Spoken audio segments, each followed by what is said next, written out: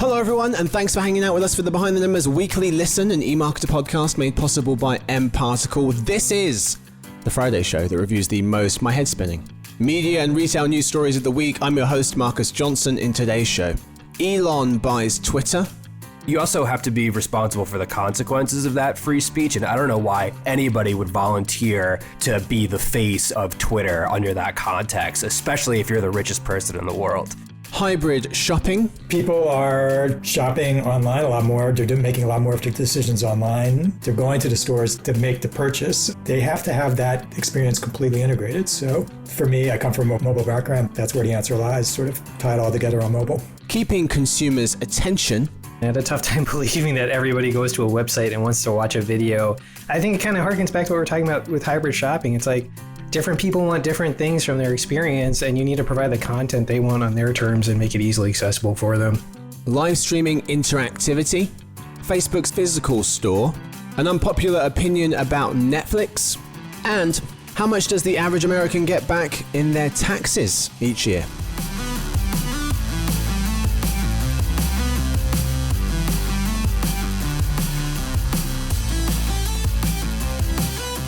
Join me for this episode. We have three people. Let's meet them. We start with our principal analyst who heads up our technology practice. It's Yuri Wormser. Hey, Marcus, how are you? Hello, very good. How are you? Doing fine. Just fine? Yeah, just fine. That's fair. It's the weekly listen. That's the ceiling. Yeah, that's fine. It's Friday. We're also joined by our Director of Reports Editing. His name is Rahul Chadha. Hey guys, nice to be here. There he is. And finally, we have one of our senior analysts on our retail and e-commerce team. It's Blake Drosh. Hey everyone, good to be back. Yes, he is. Yes, they are. What do we have in store for you today? Well, story of the week, we talk about Elon buying Twitter. We'll have more coverage on that, more detailed coverage in another episode next week. So stay tuned for that. But we'll talk about it a bit now to get some initial reactions from some of our panel. We then move to the game of the week, where our contestants will duke it out to try to give us the best takeaways they can from the four stories we have, win the championship belt. We then move to uncommon knowledge. It's all about unpopular opinions. And finally, dinner party data, where we talk about some random trivia we just recently learned. We start with the story of the week. Elon buys Twitter. Mr. Elon Musk is the world's richest person, according to Forbes, with an estimated net worth of $274 billion, mostly due to his shareholding in electric vehicle maker Tesla, which he runs. He also leads the aerospace firm SpaceX, notes the BBC.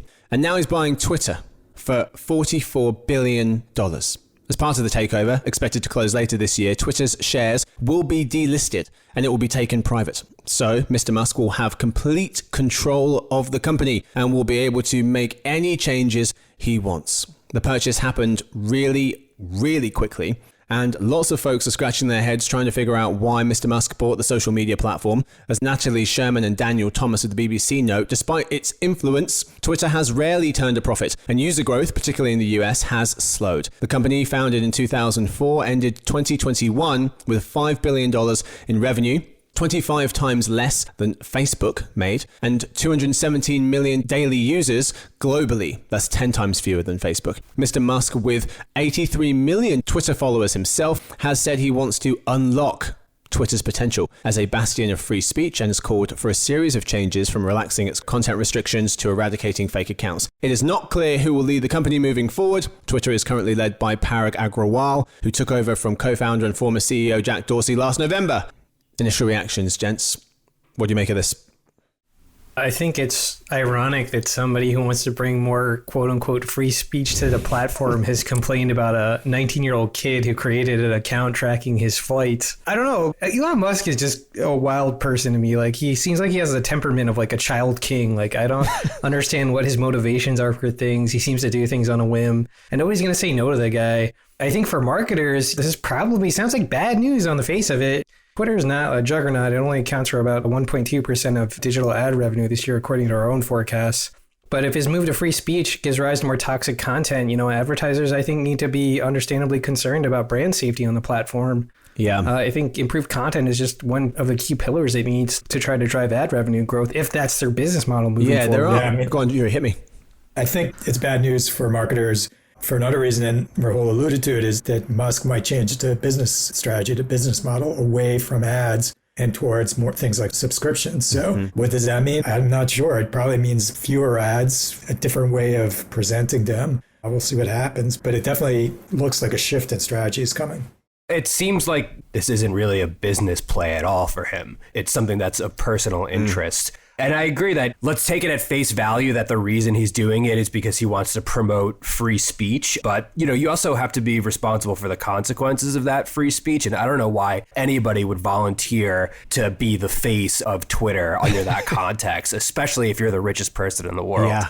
Sorry, I got to chime in too. I hate when people refer to like the content on these platforms as free speech. The abridgment of free speech in America means that the government is limiting your speech, not a company. So, I mean, I feel like we use that phrase maybe too often in the wrong context. I think Elon Musk is doing it here. I think you see the market reacting to these claims that Twitter has limited the free speech of some people like Donald Trump launching their own social media platforms. That's what you're supposed to do. Let's dig into some of the changes. I want to circle back to the ads part in a second, but you're talking about content moderation, and either through tweets or talks at conferences or press quotes, Mr. Musk has been heard saying that he would like to see the following changes on Twitter. And so folks are trying to figure out what he's going to do with the platform. It seems like these 5 things could be in his plan. A lighter content moderation policy, which we've talked about. Making Twitter's algorithm public so that people can better understand how Twitter works. Edit button, long form tweets, and eliminating spam bots authenticating all real humans. These changes, and maybe some other ones you guys have in mind, is there anything that Mr. Musk can do with Twitter to make things better?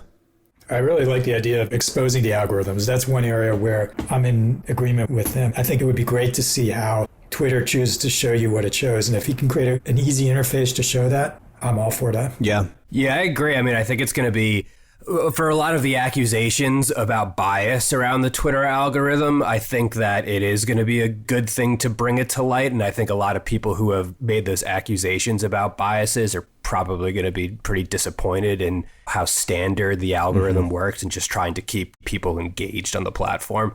So, Yuri, you kind of alluded to this already. Bobby Allen of NPR agrees with you. Could Twitter reduce its reliance on ads, scrap them altogether would be the extreme case. He notes that right now almost 90% of Twitter's revenue, 90, comes from ads, but the company struggled to attract advertisers to the platform because of politics, harassment, misinformation on the platform. But with the company going private, it will not be under the same pressure from shareholders to continually grow ad revenue. Musk has said it should move to a subscription model. Twitter has already taken some steps in that direction with the introduction last year of Twitter Blue, a premium service that costs $3 a month for additional features like the undo button. Musk has said Twitter Blue should be cheaper. If people are paying, they shouldn't have to see ads. Is this a direction you guys think the company could really move in, and how nervous should advertisers be? I mean, Rahul, you mentioned, just 1.2%, I think you said, of the total ad pie, digital ad pie in the US going to Twitter. But should this be alarming, concerning to marketers? I mean, I think my feeling about Twitter is really that it works most effectively probably for marketers is just like as an owned media channel. They can cultivate a direct relationship with their consumers via tweets. Other than that, I mean, I'm not no product expert, especially when it comes to ad products.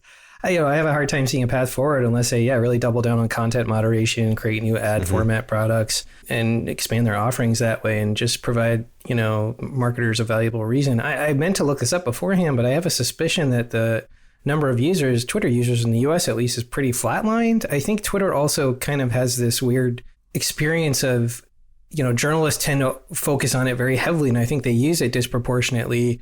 And so they think it has a lot of meaning, but I'm not sure that that's actually true for the wider public. I think a lot of people don't pay any attention to Twitter. I don't. Maybe it shapes the stories that I read, but in especially a fractured media attention landscape, I think Twitter's impact as a marketing channel is diminished for that reason too. On US users, so they count monetizable daily active users, Q2 2020, so 2 years ago now, they reached 36 million. Q4, they were at 38 million. So they've gone up a bit and down a bit over that time, but pretty much 36 to 38 million and have been pretty flat around then for the last 2 years. All right, that's all we've got time for the story of the week. It's time now for the game of the week. But first, a quick word from our sponsor, mParticle.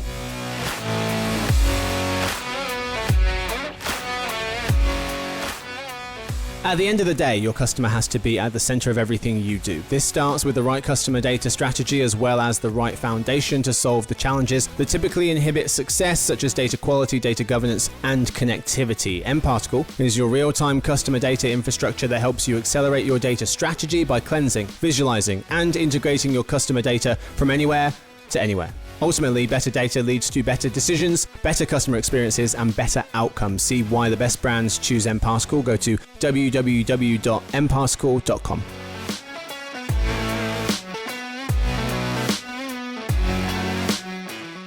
Right, folks, we are back. It's time now for the game of the week. Today's game, what's the point? Where I read out 4 stories and have our contestants, Yuri, Rahul, and Blake, tell us what they think is the main takeaway of the story. Okay answers get 1 point, good answers get 2, and answers that give you the same feeling as when you see something so good you double take. Answers that leave you with that feeling will get you 3 points. Each person gets 20 seconds to answer before they hear this. Whoever has the most points wins gets the last word. And gentlemen, this week we're doing real scores. Real scores today. Mainly because Susie won't get off my back about it. So we're doing real scores. And just to note, round 4 will be 1.5 points. So you get either 1, 2, or 3 points, depending on who gives the best answer. The best answer gets 3, second 2, worst 1. But for round 4, it's 1.5 points. So the best answer will get 4.5 points. Second best gets 3, and then the least best gets 1.5 points. So it's always all to play for. Unless you're Susie, and she never wins, so shouldn't bother. All right, let's play the game. All right, let's get started. We start with Yuri. We're talking hybrid shopping for round 1. Most retailers, 71%, lack confidence in their ability to deliver a seamless hybrid experience for customers that integrates online shopping, in-store retail, and services like click and collect and virtual consultations, per a Forrester survey, writes Insider Intelligence senior retail analyst Zach Stamble. They feel good about the easier bits, retailers do, helping customers find the closest store, but less good about the harder parts, understanding cross-channel end-to-end customer journeys and providing a consistent brand presence and image across touchpoints. But Yuri, hybrid shopping, what's the point? People are shopping online a lot more. They're making a lot more of their decisions online. They're going to the stores to make the purchase. They have to have that experience completely integrated. So for me, I come from a mobile background. That's where the answer lies, sort of tie it all together on mobile. Mm-hmm. Rahul. I would just crib what Blake said on an earlier podcast I was on with him, which is just, retailers need to meet consumers on their terms, whether it's online, in-store, some mix of the two. And it's incredibly difficult to pull off properly. There's so many variables you have to account for. I think it's going to take a lot of time for retailers to actually catch up. And we've been talking about omni-channel for like how many years? But, the execution is just incredibly difficult. I think most retailers are still going to struggle with that in the short term. Blake. I do think that from a customer standpoint, a lot of the larger retailers have made a lot of inroads in terms of just connecting the fluidity of the online versus in-store customer experience. And it is, like as Yuri said, it's completely through the use of apps. So I think getting that app download onto the phone and then having a sort of a place where the consumer can look at both of their in-store versus online orders is really the first step. And then you have to evolve from there. All right, I lied about the scoring.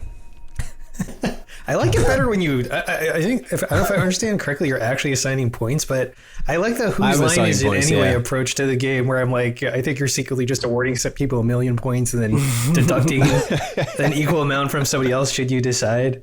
So I said the best answer gets 3, second best 2, worst 1, but I'm just going to randomly assign points based on either whether it's a terrible answer, medium, or very good, 1, 2, or 3 points. Okay. And also, if you get a technical foul for going long, it's -2. All right, that's the new scoring system from now on. Let's go with round 2. Keeping consumers' attention. We start with Rahul. Throughout the internet age, we have witnessed a swift decline in the attention span of the average American, writes Amy Balliet, Senior Fellow of Visual Strategy at Material. She notes in an Inc. article that what was once a mere 12 seconds in 2000 fell to 8 seconds by 2010. In terms of attention spans, it's now closer to 5 seconds, our average attention span. Miss Balliet thinks brands should do these 3 things to combat this declining attention span. Number 1, Customers hate to wait. Make it a frictionless experience. Number 2, offer over 10 touch points when engaging consumers along the buying journey. Number 3, stop relying on text to communicate. When visiting a site, consumers first look for video and then visual content before text. But Rahul, keeping consumers' attention, what's the point? Yeah, I think for me, I think the first 2 points had less to do with customer attention and more to do with providing a solid customer experience. Nobody wants to wander in the purgatory of a chatbot or automated customer service phone tree if what they really want to do is talk to a person. She did kind of lose me when she went all in on visual information. I had a tough time believing that everybody goes to a website and wants to watch a video. I think it kind of harkens back to what we're talking about with hybrid shopping. It's like, different people want different things from their experience, and you need to provide the content they want on their terms and make it easily accessible for them.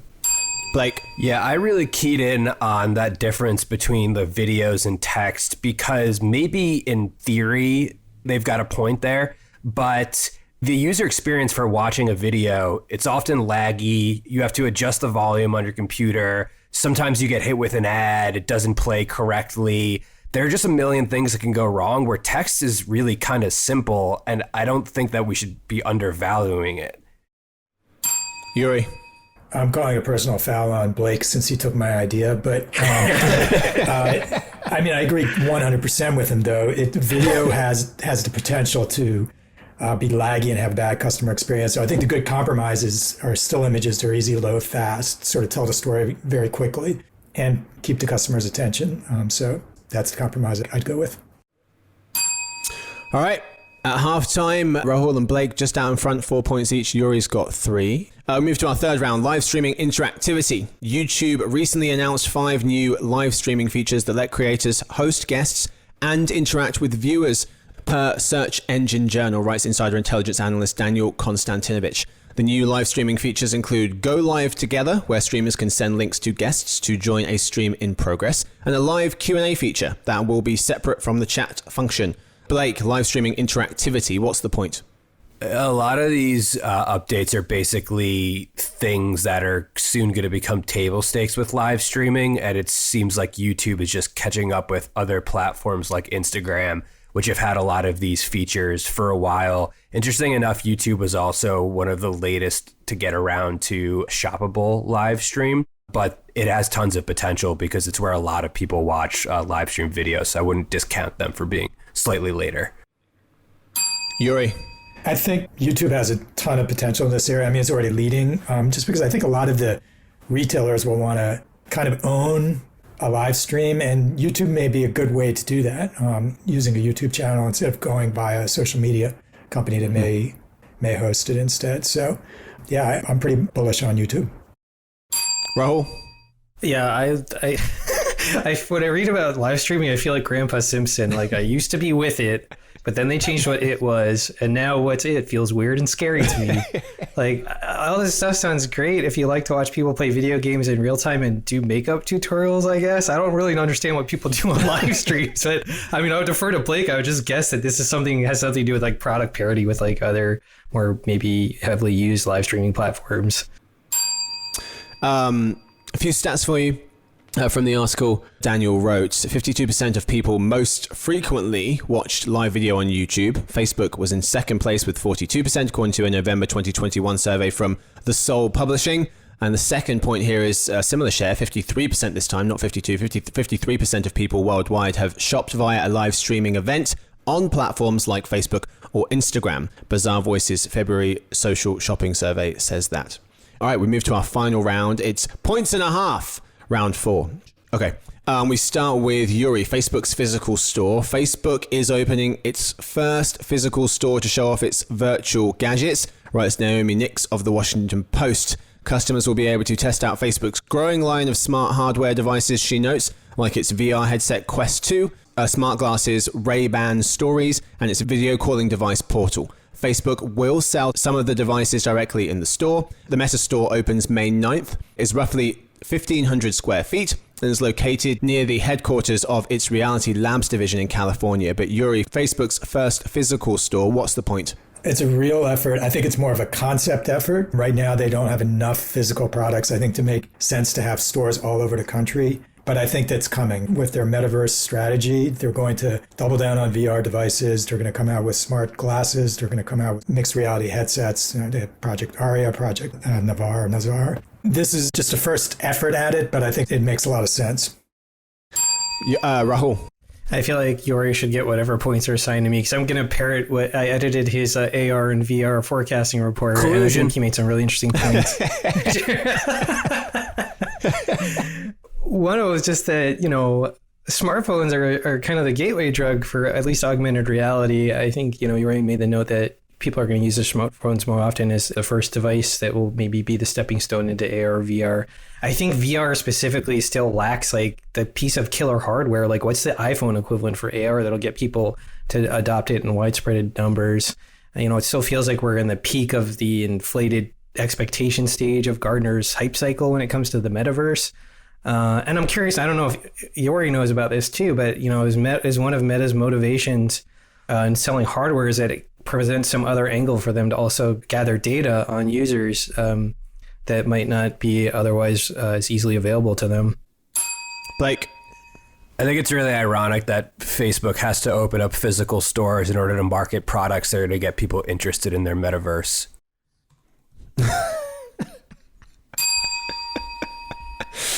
Say what you will about what that means for the prospects of the metaverse, but that's just where I'm sitting at this point. That's all we got time for the game of the week. Time now to reveal the winner. A drum roll. This week's winner is Blake. This week's winner of the game of the week. He gets 4.5 points for his final answer. It was very close. Yuri, I did give you half of a point for Rahul's answer for the assist, and Rahul some points for that one. So 10.5 points for Blake, 8 for Rahul, 7.5 for Yuri. So very close indeed. But Blake, fantastic answer at the end. He wins it for him. Gets the championship belt and the last word. Well, I think it's only appropriate since my New York Mets and Marcus's Los Angeles Dodgers are currently the two best teams in baseball. I think that, now is the time that maybe get a little friendly bet going on the record for this season. No money involved, of course, but thank God. Let's check in a month from now. Today is Friday, April 29th. Okay. And let's round it out, June 1st. Okay. And we'll see where the Mets record is versus the Dodgers record. And then, maybe we'll take it from there and maybe make a slightly larger forecast about where we think that the season is going for both of the teams. I like this. If you have any ideas, let me know. Yeah, anyone got any ideas on what the bet should be? Podcast@emarketer.com, send those in. I feel good about this bet because it's regular season, and that's where the Dodgers thrive. If it was a playoffs bet, I'd feel differently. I feel good about this bet because it's April, and this is usually when the Mets are thriving. Right, so early on. June 1st, sounds good. All right, congratulations to Blake. Congratulations to his Mets. That's all we got time for the game of the week. It's time now for Uncommon Knowledge.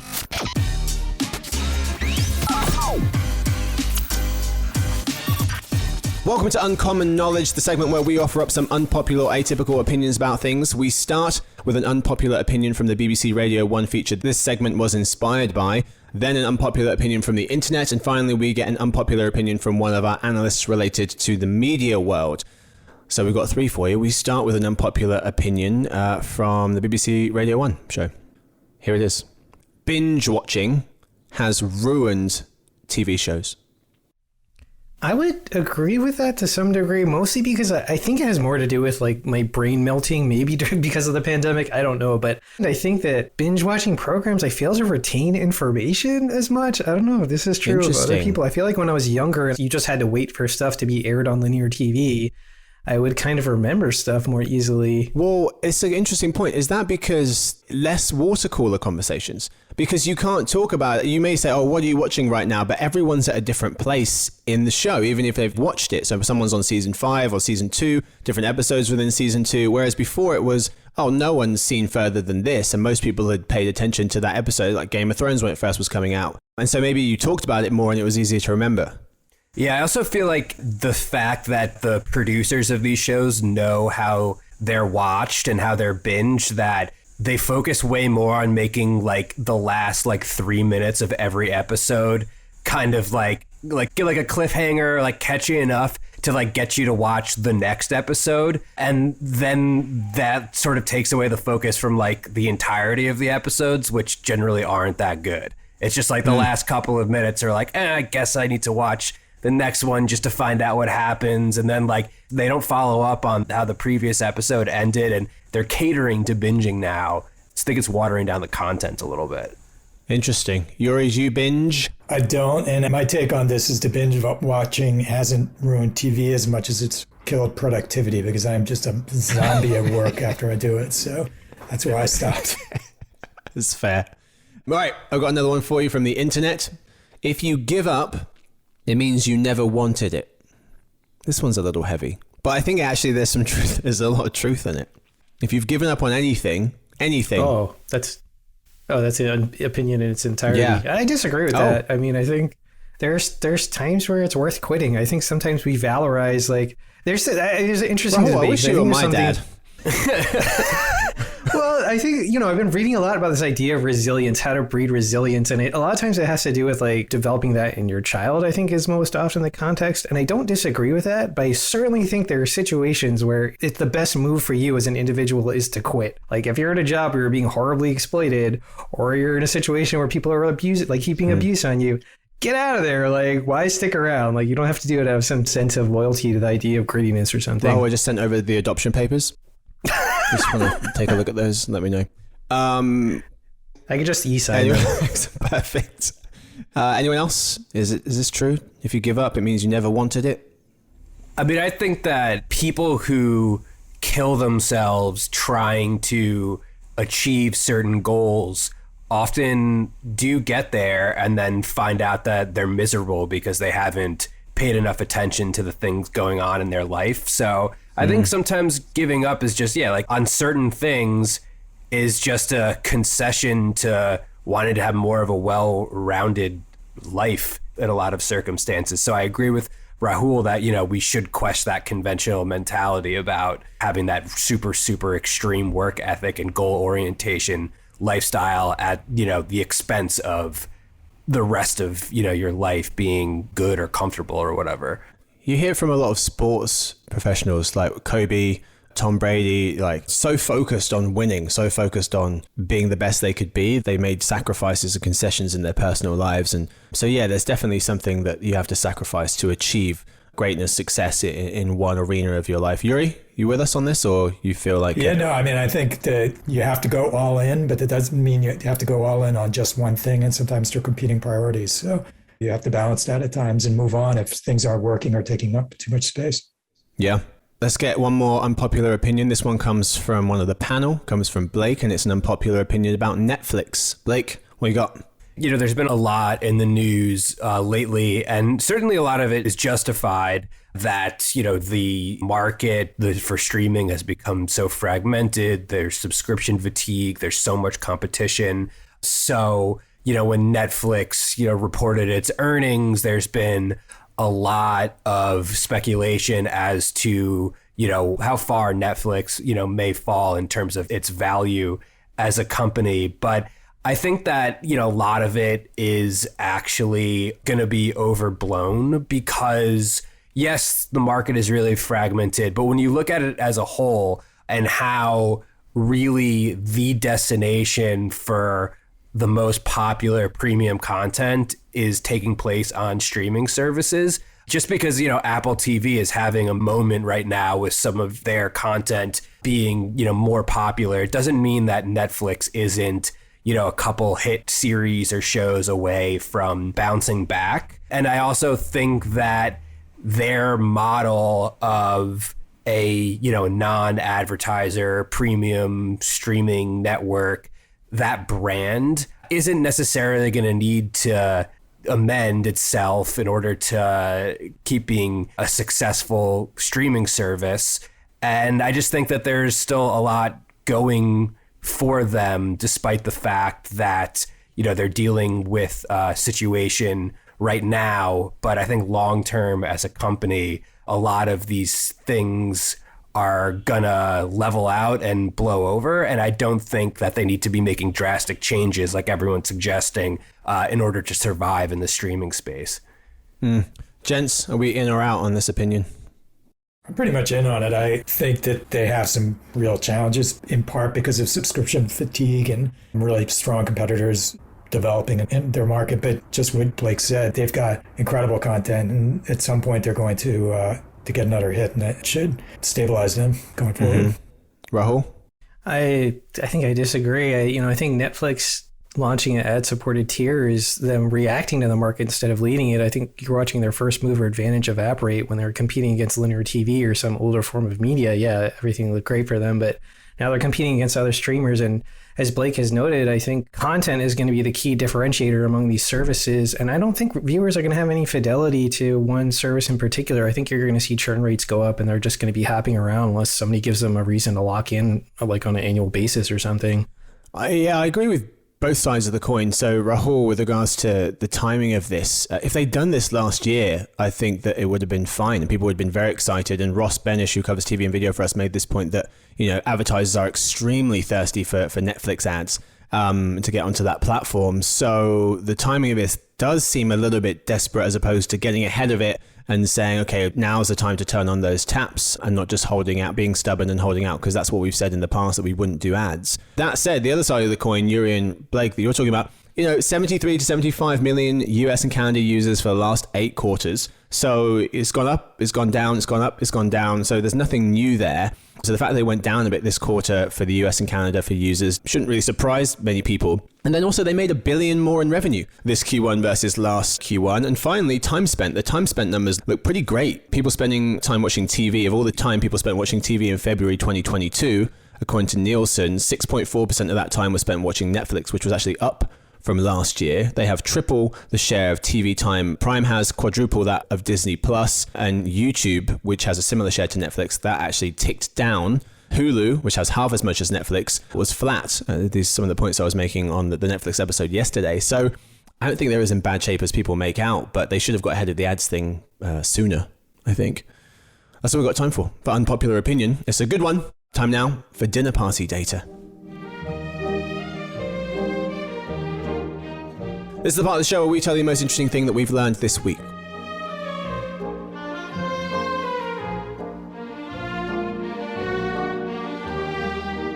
We start with Blake because he won this week's Game of the Week. Blake, what have you been learning? This is some data from YouGov that was published this month. And the survey found that most Americans support preventing animals from going extinct, but far fewer favor efforts to bring back species that are already extinct. So so it was interesting. So only, let's see, like the 32, I'll get to that. Only 32% of US adults are in support of trying to bring back an animal species that are currently extinct. Where, obviously the majority, I think it's like something like 74% are in support of, trying to prevent the extinction. But if you're going to bring back an animal, an extinct animal, the number one animal that US adults were in support of bringing back was the giant tortoise. Which you think like, all right, that's a pretty cool choice. But number 2 is actually, in my opinion, this is what I'm in favor of. Okay. The passenger pigeon. Imagine how cool it would be if I was like, hey, I gotta send Marcus a note that, I'm not gonna be able to make his podcast recording. Let me just send my pigeon. Carry a pigeon. Let him know. And then at the bottom of this list is the T-Rex. Thank goodness. Luckily, yeah. Well, you think, we have... Sometimes I do think that Americans have lost their collective minds as a country, but at least there's only a very slim margin of people who are in favor of bringing back the T-Rex. I don't know which way this is cut, but it does say that 10% of US adult citizens are in favor of bringing back the T-Rex. Did they cross-reference this with people who haven't seen Jurassic Park? No, but they absolutely should. So it's everyone who's not seen Jurassic Park. Okay. Was a woolly mammoth on that list? Yes, 24% would like to see the woolly mammoth brought I would back. vote for that, but I also feel like it'd be a cruel injustice given that they're like, I'm assuming their natural habitat's going to disappear in like the next 20 years or whatever. Yeah, naturally. I'm rooting for the return of the bear sloth. Like 14 feet sloths walking around North America would be kind of cool. The giant sloth, they're at 30%, right, tied with the Tasmanian tiger. Yeah. Very nice. Very nice. Let's go with Yuri. What have you got for us, mate? Well, I'm going to throw it back to you. What do you think is the most densely populated U.S. state? New Jersey. Blake, you're taking has he it got all it? today. Yes, it is New Jersey. New Jersey has a population of over 1,200 people per square mile, compared to 300 for the rest of the country. Actually, I'm sorry, compared to about 90 for the rest of the country. So vastly more populated than the rest of the U.S. The only reason I know that is because I binge watched The Sopranos so many times, and they do bring up that fact. Carmela Soprano does indeed bring up the fact that New Jersey is the most densely populated state in the country. So I'm just glad that that has not changed since the 90s whenever that episode premiered. Everyone at the company works. Everyone's from New Jersey all the time. But the most densely populated. The least, do you have the least? Do we know the least? I don't. Gotta be Wyoming, hasn't it? Could be one. Could be LA. Who's anyone ever met anyone from Wyoming? Do they exist? Never. Have you ever, has anyone ever, oh, where are you from? Oh yeah, from New York. Oh cool, how about you? California. You? Wyoming. That's never been said to me. I've actually, I say this as somebody who grew up in the mid-Atlantic. I don't think I've ever met a Delaware native, which is kind of surprising to me. Then also it makes sense. Let's check those places out, okay? I'll do Wyoming. Rahul, go to Delaware and check. People from there? Joe Biden's from Delaware, isn't he? Oh, there we go. We have one. No, I think he's actually from... Oh, no, he's from Scranton. Pennsylvania somewhere. Yeah, you're right. Oh, so close. Yeah. He's a carpetbagger, I guess. Very nice. Very nice. Rahul, what you got? There's an interesting article about gummy bears in the New York Times this week. Mm-hmm. Let's get they were serious for a second. invented in Germany in 1922 by the company Haribo. They were modeled after real-world dancing bears, so it's just like a shock to me. Dancing bears aren't just something you'll find as a sticker on a Volkswagen owned by like a deadhead boomer. They were actually a widespread form of entertainment in Europe and Asia during the Middle Ages, according to the UK nonprofit Bear Conservation. And the other interesting factoid I learned from the article is that Haribo used to use carnauba wax to keep the bears from sticking together. That's the gummy bears, not the dancing bears. But now it uses beeswax exclusively. Huh. All right. Gummy bears. I don't love gummy bears, to be honest. I don't love them. I used to as a kid, growing out of it. Yeah, if I'm gonna go gummy, I think I will go sour. Like I want those sour gummy worms or like Sour Patch Kids. Hot take, I really like gummy bears on ice cream. Oh, okay. Because they get like kind of hard because they get cold. This changes things. All right, I'm gonna have to experiment. Try it. Get back to me. All right. I'll let you know by carrier pigeon. All right, I got one for you. Some tax facts. Number one, Abraham Lincoln gave us the first ever federal income tax of 3%, signing the Revenue Act in 1861 to drum up funds for the Civil War. In 1913, the 16th Amendment established the federal income tax system we know today. Number two, the average taxpayer spends about 11 hours doing their taxes. That's record keeping, tax planning, form submission, all of the stuff, according to the IRS, and spends about $240 doing so. Number three, 57% of Americans do their own taxes. Number four, most people file their taxes electronically. In 2018, 10% of people filed a paper return. What's going on? They're around 40 times more likely to contain mistakes compared to online filings. Number five, a good 17% of workers violate the tax code when filling their returns out. Most of them is accidental, so they say. Number six, there have been more than one change to the US tax code every day of the year for the past 20 years. So over 400 changes a year for the last 20 years to the tax code. Number seven, there is a 0.2% chance you will get audited. Three more for you. Number eight, the average American gets just over $3,000 back from their tax refund each year. Who are those people? It's not me. But this isn't a good thing, as Stacey Conrad of Mental Floss notes, it means you gave the government an interest-free loan for that year. Number 9, Americans leave a lot of money on the table. The Earned Income Tax Credit, for example, offers up to a $6,000 refund for folks who don't owe taxes, yet an estimated 20% of eligible filers fail to take advantage of it. Because you can claim money back from the previous 3 years, in April 2016, taxpayers left nearly $1 billion in refunds from 2012 tax year on the table. And finally, number 10, lots of other developed countries have their own governments do their taxes for them. Denmark, Sweden, Spain, the UK. Yeah, that last part is the part that makes the most sense to me. I don't think I ever thought about it in those terms until I was like reading something on Reddit, and people in other countries were like, wait, you're supposed to guess how much tax you owe, and then you tell the government, and they're like, no, you're wrong. Don't they already know? Why don't they just tell you? That's how it works in like all these other countries. I was like, oh yeah, that does make more sense. Yeah. And if you're really wrong, you go to jail. Yeah. That is all we've got time for today's episode. Thank you so much to my guests. Thank you to Yuri. Glad to be here.